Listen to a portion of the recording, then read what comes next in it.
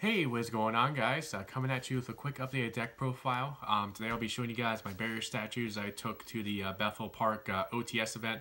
I did get top 8, but I unfortunately was one win away and lost out on my Nationals invite again. I feel like it's a sign between the Columbus Regional and this, some of the dumb luck I had throughout both those events. That just means I should really put this deck on the shelf for a while. So this should be the last profile of this for a while. I've profiled this like a jillion times, so I just figured I'd show it to you real quick. It was a fun event. The deck did well, but when you play against a bunch of zoo and they just have all the answers, and you play against Paleos and top 8 and they're your worst matchup and they have all the answers, there's only so much you can do. Also, shout out to Kenzie for recording behind the camera. Hi. Alright, so let's go ahead and get right into it. So monster lineup's pretty standard. The triple Faustina actually summoned all 3 of these against Blue Eyes round 5, which was hilarious. Guy was really cool, but free of the winds. He's a replacement for the Earth guy.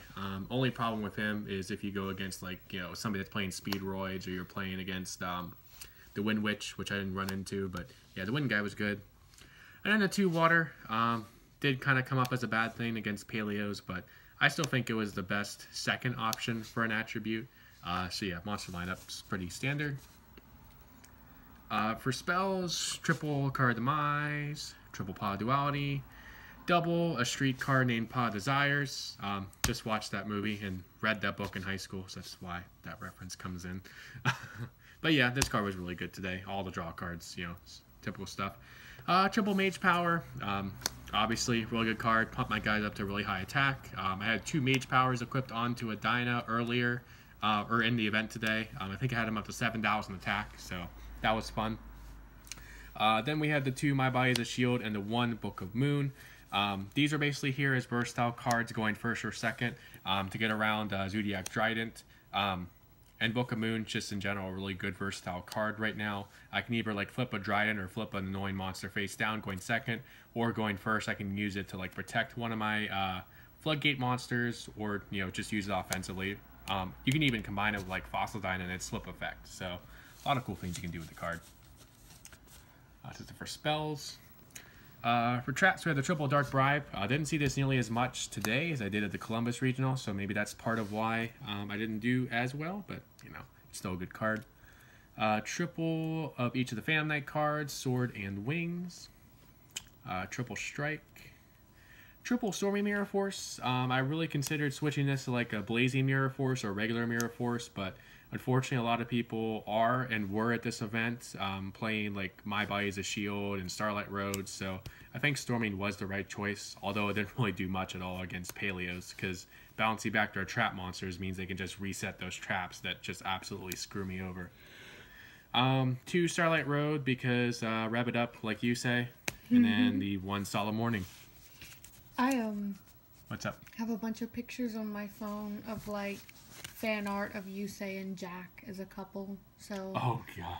I'm sinning and going to hell for that. Cool. Cool. There's a group called Waifu Hell that you might, you might fit in with. So yeah, that's it for main deck. 40 cards, 8 monsters, 14 spells, and 18 traps. I'll show off the side deck. Actually played extra deck, sorry. I played an extra deck today, thanks to the advice of Robbie Riley and Brian. Just basically for those mind games going first, or if you go second, game 1, to where they just, are kind of guessing what deck you're playing. And, this kind of comes in handy. The Stardust Dragon, whenever you use the Starlight Road, you can actually summon it if you just have the Barrier Statue Wind guy, because Stardust Dragon is a wind. Unfortunately, if you summon it that way, it doesn't come back when you use the effect to tribute it to negate a destruction effect. So that's the only unfortunate thing, but it's a free special summon, free negation, and just a nice 2,500 beater. Then for other wind guys, in case I were to ever need to overlay 2 wind guys, have 1 Castell, 1 Lightning Chidori, and the 1 Super Quanto guy. I did not realize until I looked at him how good he actually is. He's a Book of Moon on either player's turn, and he's 2,200 attack, 2,400 defense, and just requires 2 level 4s. So I think in general he's actually a lot better of a staple rank 4 than I thought. For waters, we have Abyss Dweller, 101, 103 Ragnar Zero. And then I actually did go into these today, which was hilarious. Like, it made my whole day. Bahamut Shark. And no, not Triatoad. I was not paying $30 for a Triatoad when I would never make it, but it did come up today. But instead, I played the Paleozoic, whatever that other part of the name is. Yeah, it's a really long name. Animalocaris. Animalocaris. Let's go with that. So yeah, it was against Robbie Riley, and yes, the curse does continue. For whatever reason, like, I can beat him at a locals and just like a friendly, like it's nothing, but at a tournament, I cannot beat him for the life of me. He always has a Raigeki or a Twin Twister or Woe Decree or whatever it is that just screws me over. He always top decks that one thing he needs to beat me. It's some kind of curse.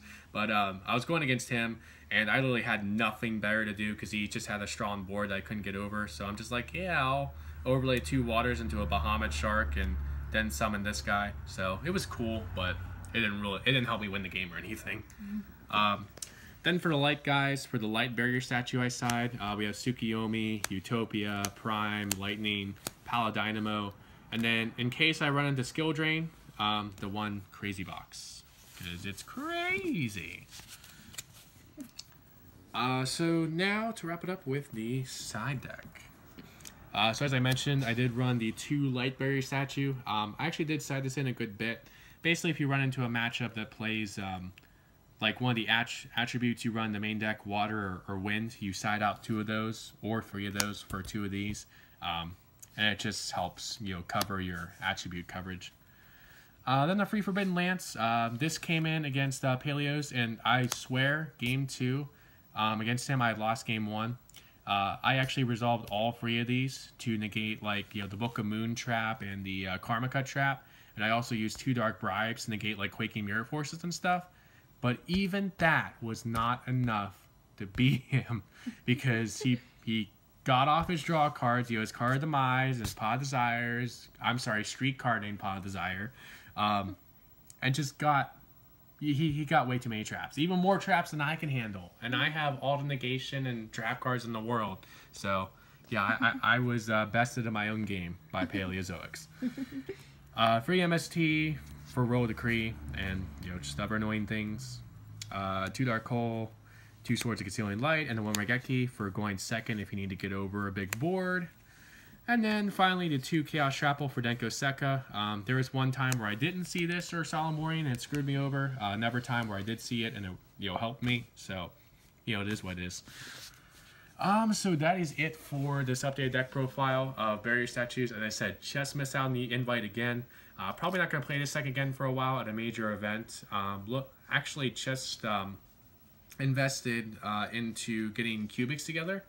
So I will be profiling that here soon, and maybe something I play the next event, maybe that or Domain Monarchs. But, you know, I just know I want that invite. Like, that's on my bucket list. Like, it doesn't matter how I get it. I just want to say, you know, that sometime in my life I got an invite to Nationals and Yu-Gi-Oh! Because I'm such a fucking nerd. Goals. Yeah, hashtag goals. But yeah, do be looking forward to that. Remember, guys, to like, comment, subscribe, and thank you, Kenzie, for recording by the camera. And we'll catch you guys next time.